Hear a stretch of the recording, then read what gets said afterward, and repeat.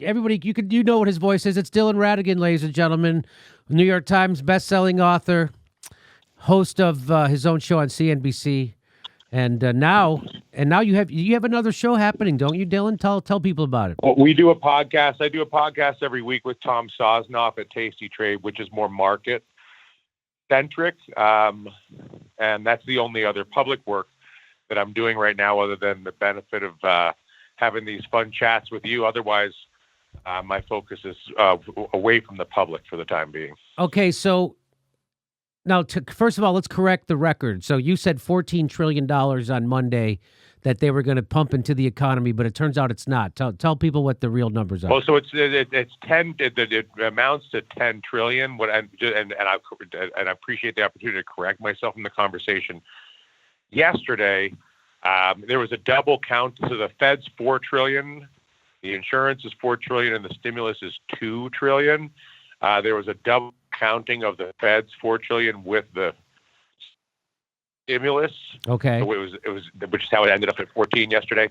And so I appreciate your faith in my reporting with you. And so I think it's important that I clarify when these things become finalized. So what they're really pumping in. So I don't understand those numbers, but what I know is that they're going to give $425 million to the Fed, and then the Fed is going to give out that money to corporations at the Treasury Department and the Fed's behest. And there's no accounting for where they're going to spend that money before they spend it. There's only going to be a perfunctory, oversight board of 5 people who are going to look into $4.2 trillion worth of money given out. Well, again, there's the 4 trillion at the Fed, then there's the 2 trillion with the government. It doesn't really matter. The point is, because your point remains the same regardless of the dollar amounts or where the allocations are. It's an abomination beyond all comprehension, James. So this isn't about. So this is exactly. So this is not. So the reason why they have. Well, this is what this is. This is a further consolidation of wealth among the super rich by giving only the super rich money at a time when asset prices are down and everything is depressed, so that the super rich can take the taxpayers' money and buy more of all the assets to increase their stranglehold and hammerlock on America. And so why isn't anybody screaming about this, Dylan? Why is everyone acting like this is a good bill? Because people on both the left and the right, although more on the left, I would think the most obvious people that should be most ashamed of themselves in this situation would be Bernie Sanders and Elizabeth Warren for obvious reasons. But that's just the beginning of the list. The fear of appearing to try to do something that is outside the scope of the historical corruption of this country at a time when the government is trying to appear to be active in the face of the crisis. The desire or willingness to do something outside the scope of that corruption, it is proven that not a single politician in America has the teeth or the stomach to do that. So what people... It's staggering. It is staggering. And I don't even know. It's one thing to have a financial crisis and repair the financial crisis in a way that's to the benefit of the wealthy to accumulate more assets. It's even more beyond comprehension to basically allow the government and billionaires to exploit the biological crisis to do a massive further consolidation while calling it a rescue. And so I shared with people the NBC News coverage of this. They're not going to report it that way, are they? No. And so when do you think people will wake up to what has actually happened? I don't know if they ever will. I mean, it's the underlying hostility of this dynamic that fuels the support for a president like Donald Trump.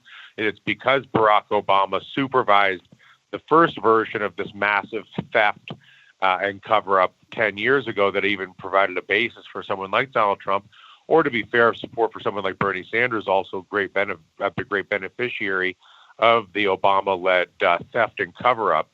or at least Obama led the cover-up. The theft was really built under George W. Bush and Bill Clinton. But Obama was very, very effective with the cover-up in coordination with Nancy Pelosi. And it worked so well, they just repeated it a second time this week. But they did, a year's worth of drama and took, from September 08 until March of 09, the last time to steal a few $1 trillion in assets. And in this case, because the biological panic is so severe and because they've already done it once before, they're able to facilitate the theft in a matter of days, which is rather impressive. And so you put some of this on Bernie Sanders?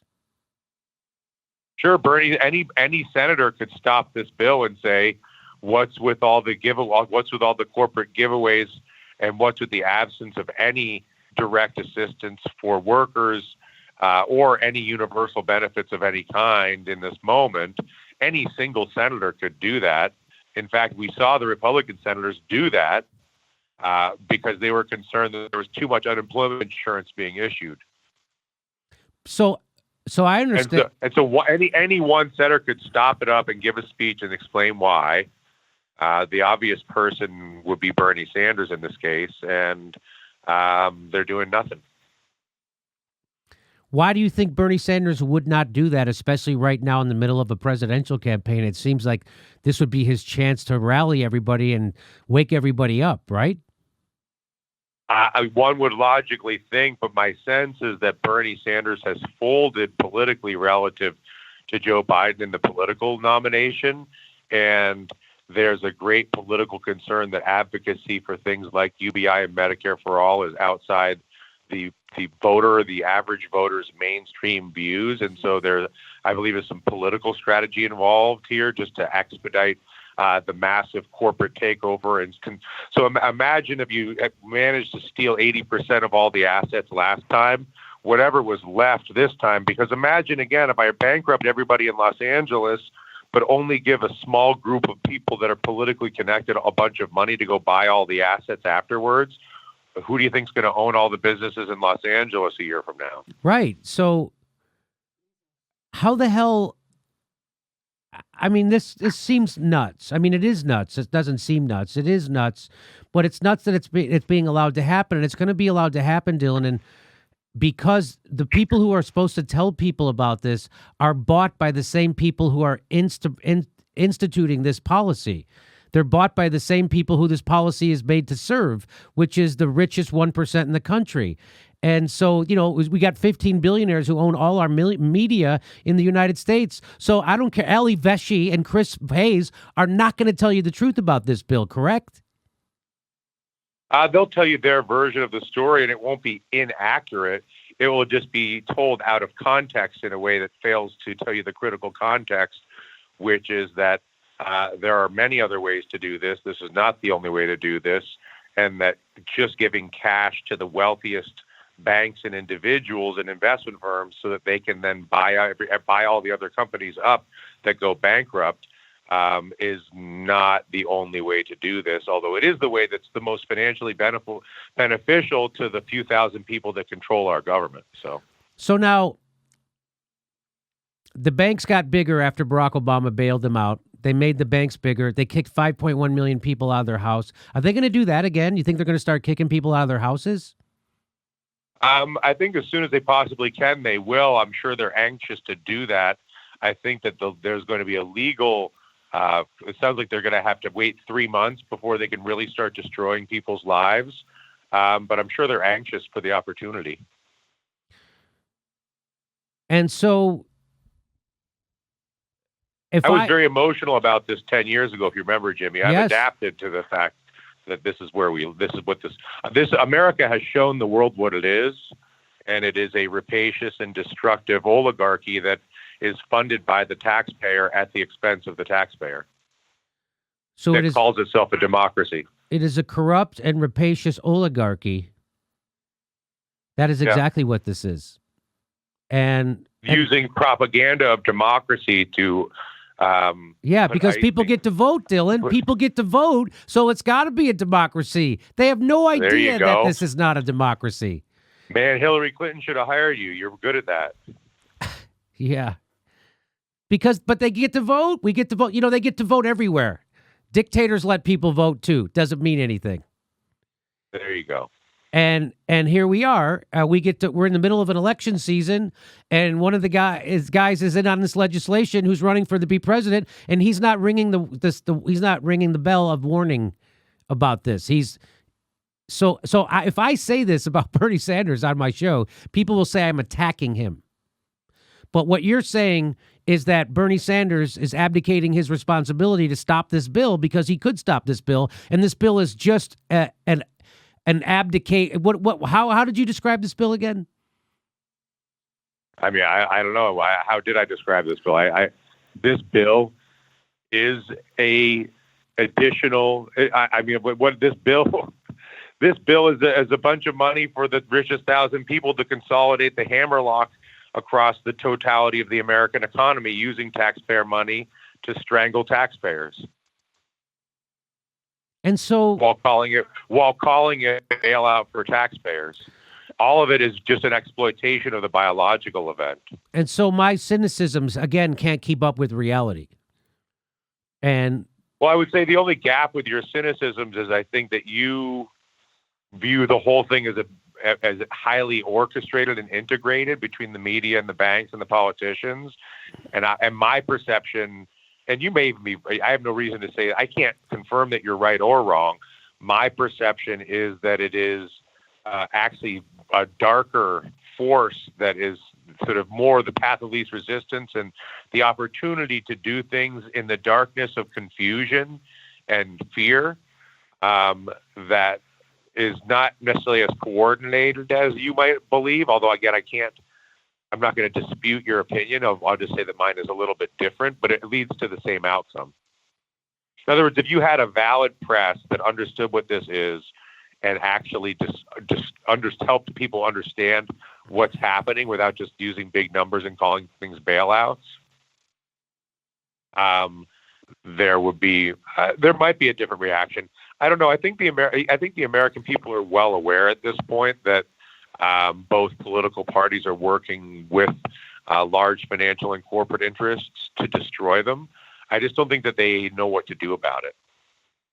So I just got a word from my producer that Bernie's on the floor right now trying to block this bill.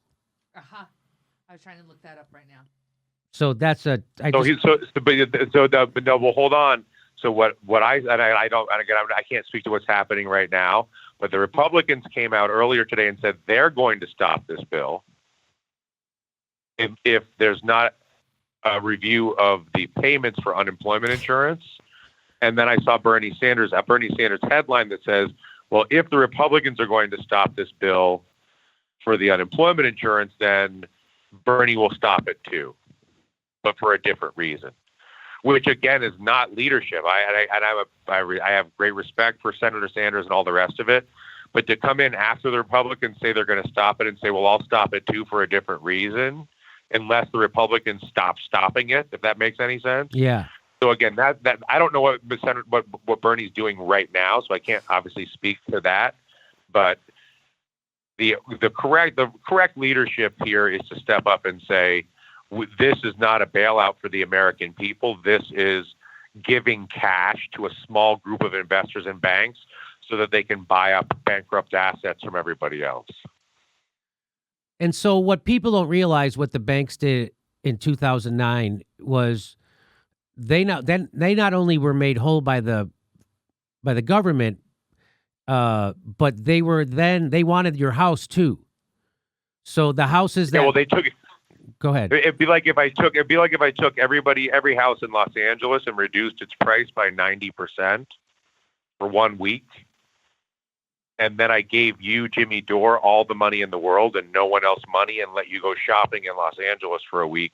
And then a week later, I reinflated the price of all the houses after you bought all of them. Right. That's what's happening. Yeah. That's what they did in 2009. And that's what they're doing now. And that's what they're going to do now. So now prices are it's a fire sale, right? Prices are down. Only one person has cash, which is those who are getting it from the government, from the taxpayer. those who have cash will acquire assets, and then those assets will go back up in value over time. It's staggeringly criminal. It's staggeringly Brilliant on their part. Staggeringly criminal. So that's how I said it's like the mafia. This is like the bill the mafia would come up with. Yeah. You give the people a turkey at Thanksgiving, and then you steal protection money from them for the rest of the year. There you go. That's what's happening. And then you relate to them as if you're their best friend in the world, and then you let them vote for you and call yourself a democracy. So even Bernie is giving token resistance to this bill because the GOP decided to block it. So he's now going to block it if they're going to block it. And there you go. And he's saying, well, if you're going to block the union payments on unemployment for 4 months, I'll block it too. That's not, and you say that's not real leadership. I'd have to agree. I'm just saying to me, that's not real leadership in the context of the level of deficiency in this piece of legislation against someone like Bernie Sanders, who has a history of advocating for more universal benefits. So so this is going to make income inequality much worse. It'll be harder for people to get their fair share of the profits that they generate in the businesses that they work at. And so our country will drift more and more to be like Brazil or even worse. And what do you see in 5 years? What do you see the end of this? Gosh, I mean, I don't know. I ultimately still I'm a long the world guy, not a short the world guy, and I do have optimism that the integration of distributed resources and distributed activity will ultimately prevail. However, the amount of disruption and political chaos required to get there only goes up when the incumbent political apparatus tries to choke the society to death as they are right now. So you're saying, unpack what you just said. I couldn't follow it. I'm just saying I hope that it's going to be fine, but what they're doing right now politically is dangerous and may provoke some social problems. So you're saying that you think the yellow vest scenario is likely after people figure out what is happening? Maybe Donald Trump can redirect that energy to kill Mexicans, or there's lots of places that you can point hostile energy to other innocent victims to avoid having to deal with it yourself.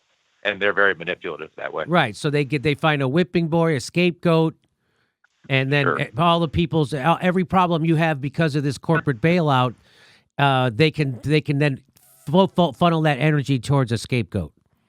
Yeah, and that scapegoat can be the Republicans, and that scapegoat can be the Democrats, so you can blame either one of the parties. That's the beautiful thing about the two corrupt parties working together so magically in these situations is there's lots of finger pointing as to whose fault it is. Was it, where's Mitt Romney? Where's Bernie Sanders? Where's the Republicans? Where's Donald Trump? All of that energy is really beneficial to them because it allows them to continue to do whatever they want while everybody's blaming somebody else. It's a sort of a who's on first of blame.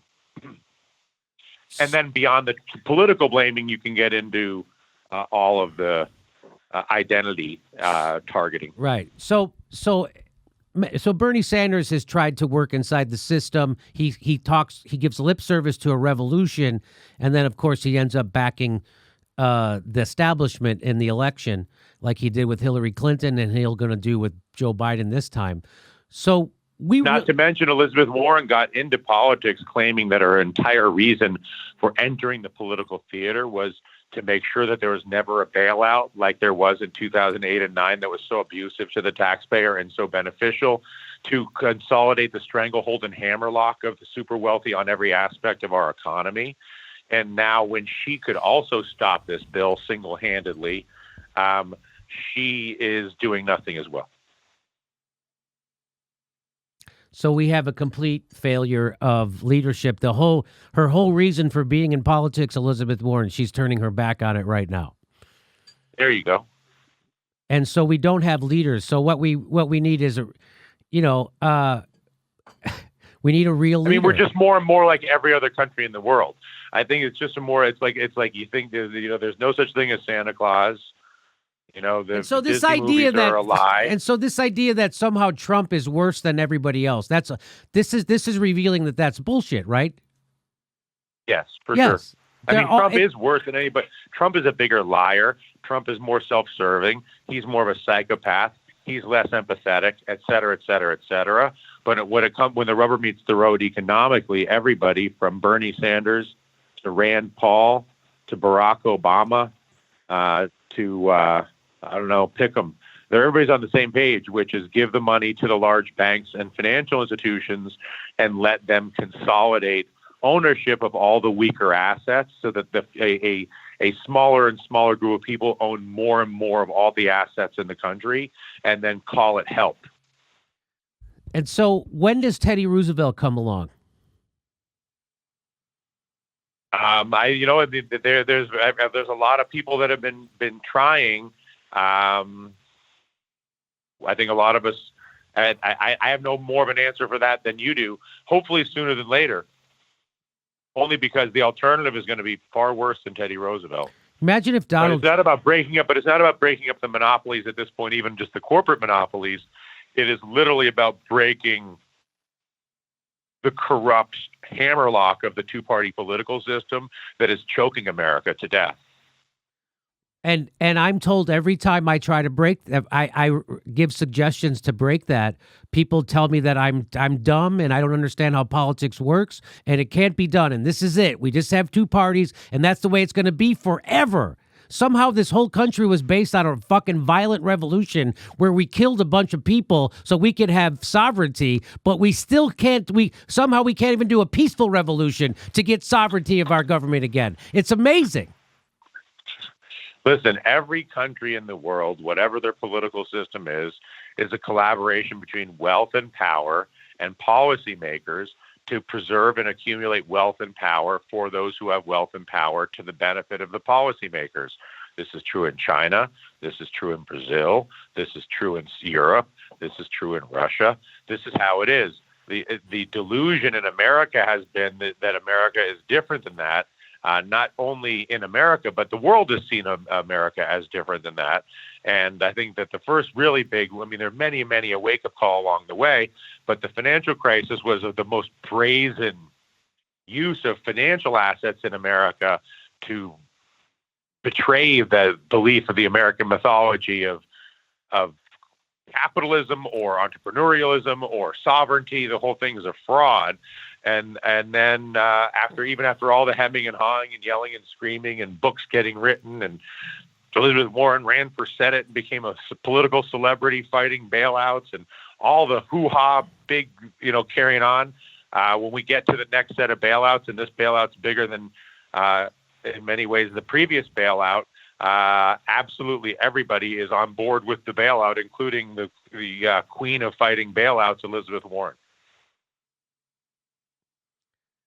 I don't even know what to say. You can see why I spend a lot of time offshore. Yeah. Yeah. It's a sick country. What'd you say? It's a sick country. Yes.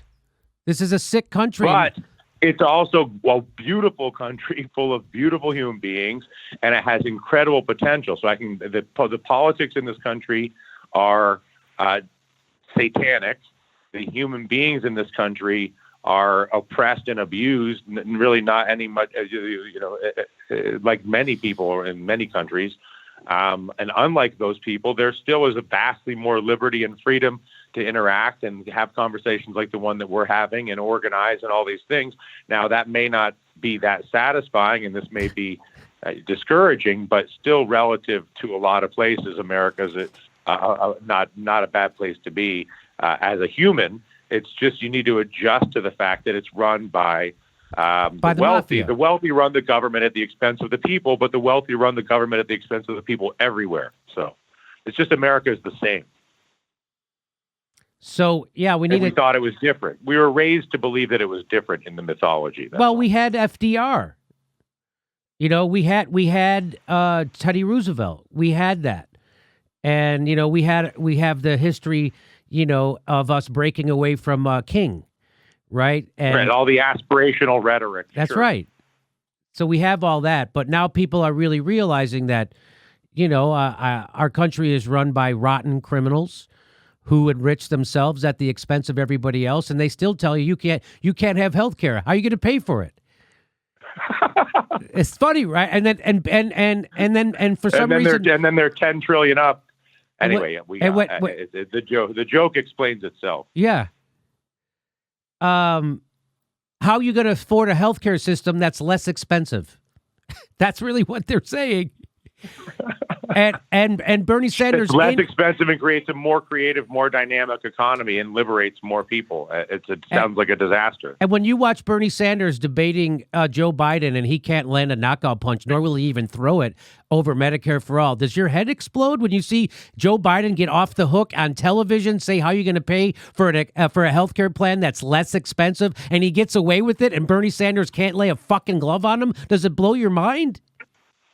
I mean, Bernie was a guest, as you know, on my show, a decade ago on a regular basis, and I have a strong relationship with him historically and I have a strong level of familiarity. I've always been stunned that not only that no one goes in and makes the very clear argument that the net cost of a Medicare for all is vastly cheaper than the current system, because nothing is more expensive than the current system, especially if you not just Medicare for all, but Medicare for all with a restructuring on pricing, right? In pharma and hospitals. It's not just Medicare for all, where right. you just pay them whatever they want. But the fact that no one has been able to come out, let alone Bernie Sanders, and simply make it clear that this is cheaper, one, and two, by doing this, you eliminate the dependence on jobs for healthcare, which allows for a creative and dynamic workforce to have vastly more ability to take risk and reform and move around in a way that allows them to adapt to a very fast-changing world. So there's a very, very, very strong economic argument not to take your people hostage in jobs that they can't leave, because if they do leave, they lose their health care. Mm-hmm. That's very bad for your economy. Not to mention, you're paying for a more expensive system that's keeping your workers hostage, that's completely out of sync with the global standard for healthcare at the most advanced countries in the world, of which America obviously is trying to catch up. Okay, Dylan, it's I'm glad you have some emotional distance from it this time. Me too. Thank God. It was pretty intense last time. I was so betrayed. I felt was quite stunned last time. I now am more sort of, I see it more clearly. And so it doesn't, it's one thing if a dog that you think is nice bites you, it's more of an offensive thing. But when a nasty dog with rabies behaves like a nasty dog with rabies, you can't take it personally. So you were still under the thinking back in 2009 or 2010. 8-9, yeah. That the people on Wall Street were rational actors? No, I was under the impression that there was enough policy weight in America to recognize the mistakes that have been made and adjust them. And what I really didn't realize was that the reason nothing was happening was not because of the resistance from the Republicans, which was obvious and apparent. It was because of the internal resistance of the center left to do anything, which is exactly what you're seeing here. So like the Nancy Pelosi's, the Chuck Schumers, they're not the leading. Pelosi-Schumer faction is the most dangerous political community in America. I agree. And doesn't it drive you? It drives me nuts when I see the blue checks on Twitter and the assholes at MSNBC calling her a master legislator, and she's the check we have on Trump. She just passed his entire legislative agenda, you chumps. They're on the same page. Yes. And that's no one wants to restructure. They are actively restructuring the American economy in a way that simply consolidates ownership of assets to a smaller and smaller group in the private sector, using each catastrophe as an opportunity to use taxpayer money to accomplish that. And then they call it a bailout for the people. Yeah, yeah. So this is just a big con. And because the people who own the government are now they're just extracting wealth. That's right. Not only that, they're just getting free money from the taxpayer to to buy distressed assets from Americans at a time when the assets are distressed because of the biological catastrophe. So basically, because you have a lot of people that are in distress from the catastrophe, it's a great opportunity to rapaciously strip them of all their assets and make them your tenant and take away all of their ownership. But the only way you can do that is if you have money. And so the only place you can really get money is from the government. And so you get these big companies that get the money from the government, so that the big financial institutions get the money from the government, so that they can then just raid all the assets and take complete ownership of everything. And so you don't think the American... And then Nancy Pelosi and Chuck Schumer call it a bailout, and Bernie Sanders and Elizabeth Warren say, looks good to me. So we've been betrayed by our entire political class, including our pretend heroes of Elizabeth Warren and Bernie Sanders. Unequivocally. Wow. Staggeringly so. So you're going to see a lot of reports about how Bernie got this language into the bill to protect workers. That's going to be the narrative, right? I mean, there's all sorts of little cutesy narratives on the edges. Okay. But the fact is that somebody should have stopped this bill. Hey, why did this? The opportunity. Do you understand the political? It's stunning to me because the political value of somebody standing up and saying this bill is garbage. Sure, you have to support the banks. You can't have a financial crisis, but at the same time, you must have intense strings attached to any money that comes out. One. And two, you have to provide universal income and universal health care, at least for the duration of the crisis. That is obvious to any human being, regardless of your political persuasion. The willingness to consciously not see the obvious is impressive to me, actually. I've sort of been learning about the degree of human mental illness and its ability to only see what it wants to see. And this is a staggering example. I don't even know. I don't even want to do the rest of the show. Oh man, it's going to be great, Jimmy. I don't mean to be. I don't want to take you to a dark place. Just because the American government is corrupt doesn't mean that Americans or the world is doomed. Every government in the world is corrupt. It's just that the American government is similarly corrupt or uniquely corrupt in its own way, but there is no more merit in the American government than really any other government in the world. And that's a little bit heartbreaking for people who want to believe that it's a different place than that. But it's not. So, but it doesn't necessarily mean that it is. There are worse places in the world to live than America. Let me put it that way. A lot worse. You know, there's still a standard and quality of function in life here that is deteriorating, yes, and being consolidated by the corrupt government, yes, but is still vastly superior to most of the many, many parts of the world, I'll put it that way. Okay. Dylan Radigan. Now I feel like you're never going to have me back. Ha!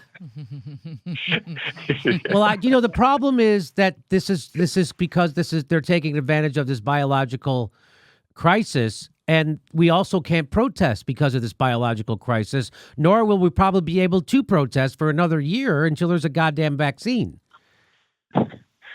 Pretty brilliant on their part, wouldn't you say? Yeah, which I'm sure a lot of people out there right now are going, well, this sounds like they invented this virus, and it sounds like this is the perfect storm because the whole economy was about to crash anyway, and this is the perfect way they can blame it on the virus while getting their bailout. And, so there's that, those theories are going on. Listen, you want to take it to the most extreme. It's the Bilderbergs invented it to kill all the people, to take all the money.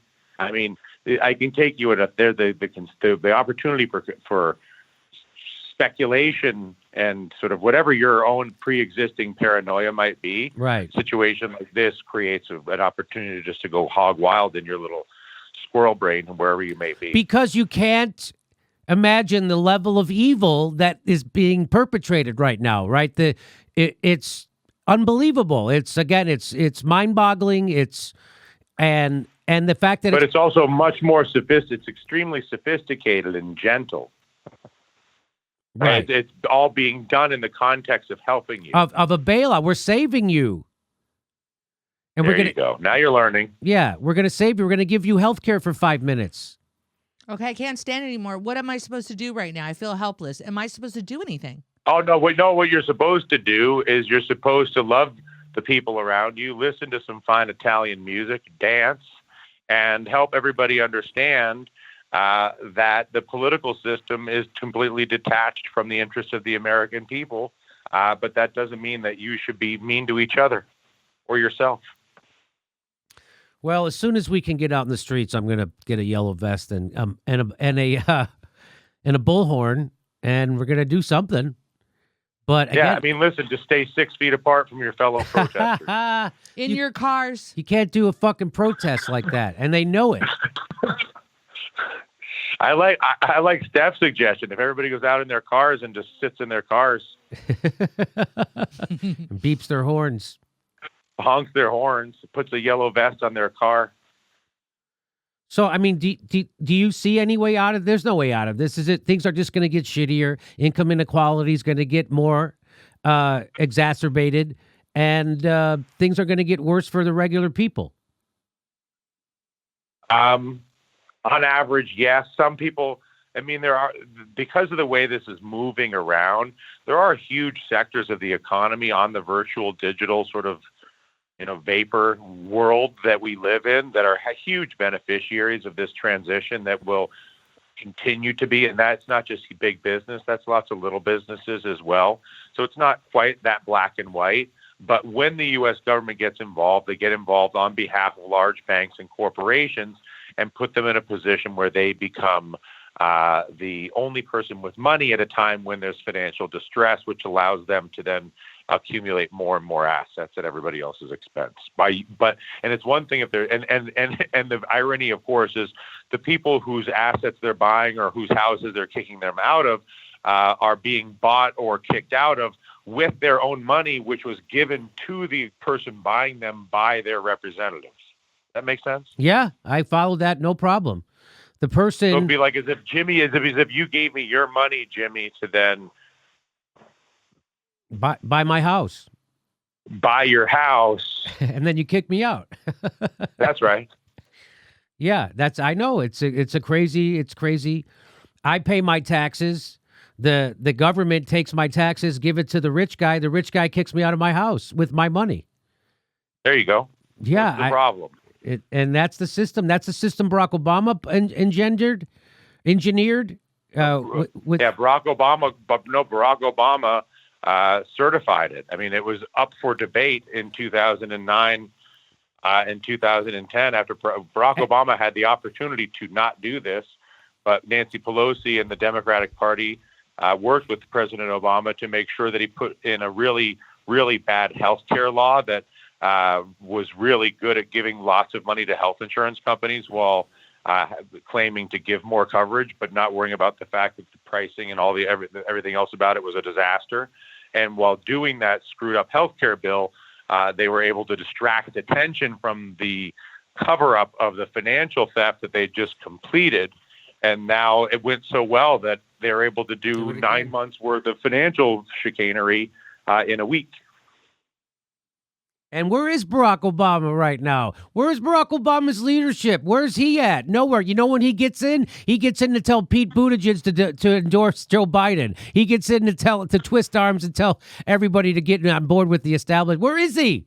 What's his cause? Listen, where is he? He showed up when the Democrats needed him to make sure that Joe Biden got the nomination. That's right.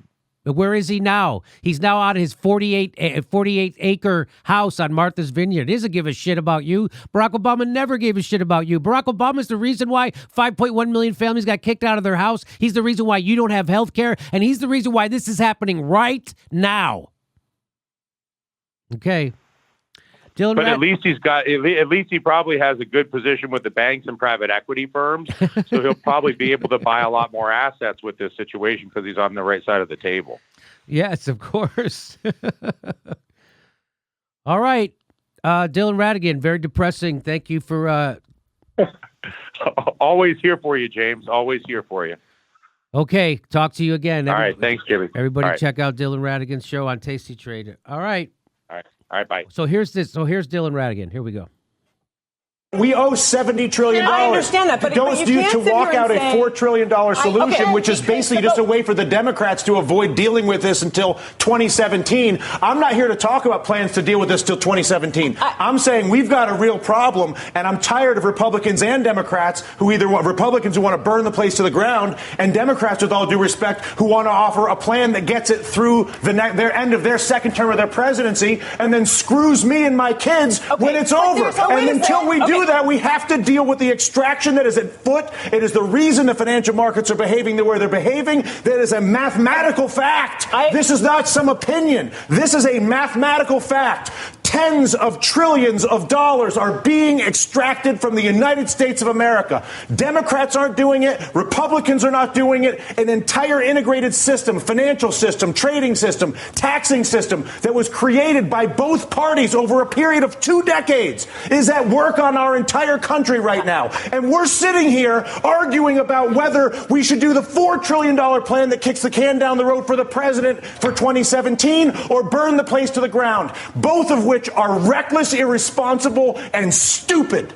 And the fact of the matter is, until we actually, and I'm sorry to lose my temper, but I tell you what, I've been coming on TV for 3 years doing this. And the fact of the matter is that there's a refusal on both the Democratic and the Republican side of the aisle to acknowledge the mathematical problem, which is that the United States of America is being extracted. It's being extracted through banking, it's being extracted through trade, and it's being extracted through taxation. And there's not a single politician that has stepped forward, Susan, to deal with this. But there's only one right now. The leader of the free world, whether you like it or not, the president of the United States is arguably one of the most powerful individuals we have out there. But and Susan, he's our what you're president. saying is exactly the point that Dylan is making. It's not about one guy. It's about all of them. No, I actually disagree. I think Dylan's saying it is about one guy. It is about one guy. What would you like him to do? I would like him to go to the people of the United States of America and say, people of the United States of America, your Congress is bought. Your Congress is incapable of making legislation on health care, banking, trade, or taxes, because if they do it, they will lose their political funding and they won't do it. But I'm the president of the United States, and I won't have a country that is run by a bought Congress. So I'm not going to work with a bought Congress and try to be Mr. Big Guy. I'm working with the bought Congress.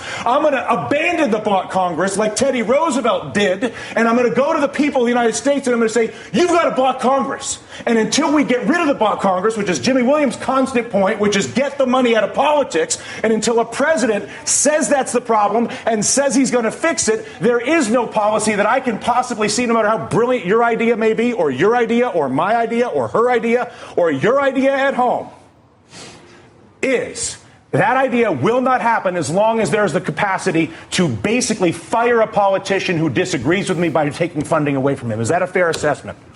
Money in politics is the root of all political evil. It is corruption at its worst.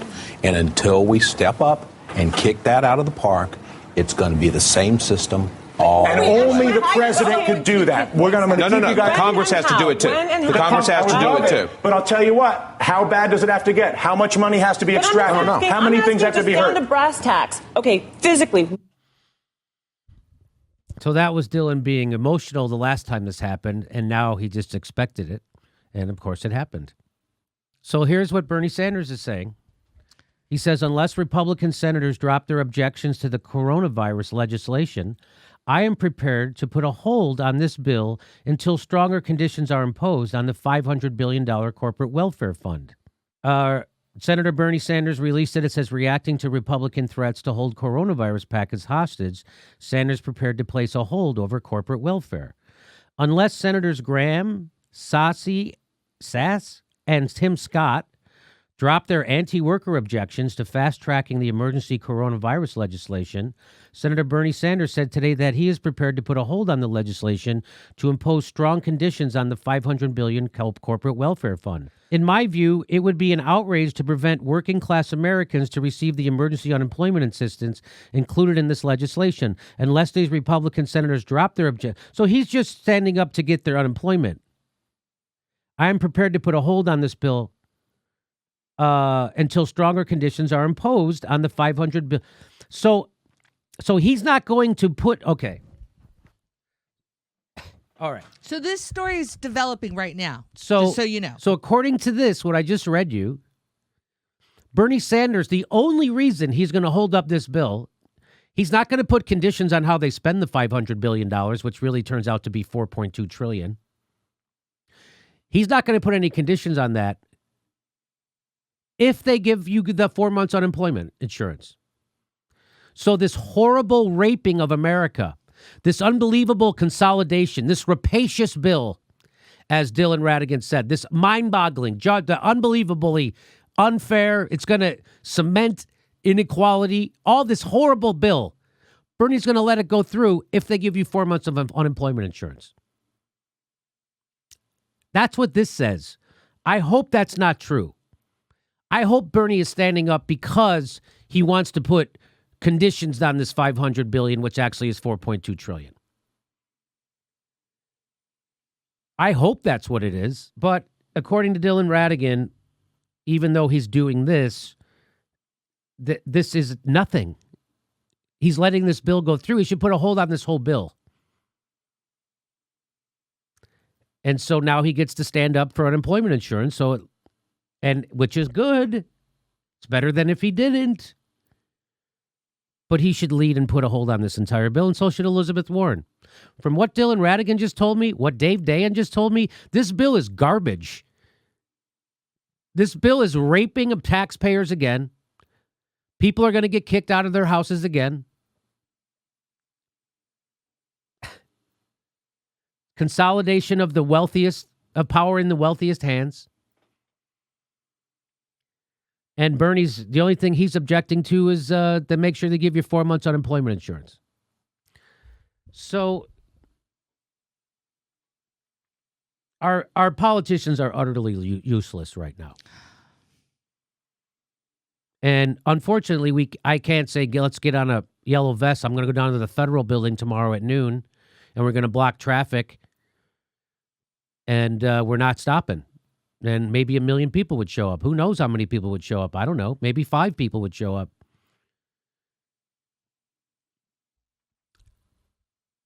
This is unbelievable. All right.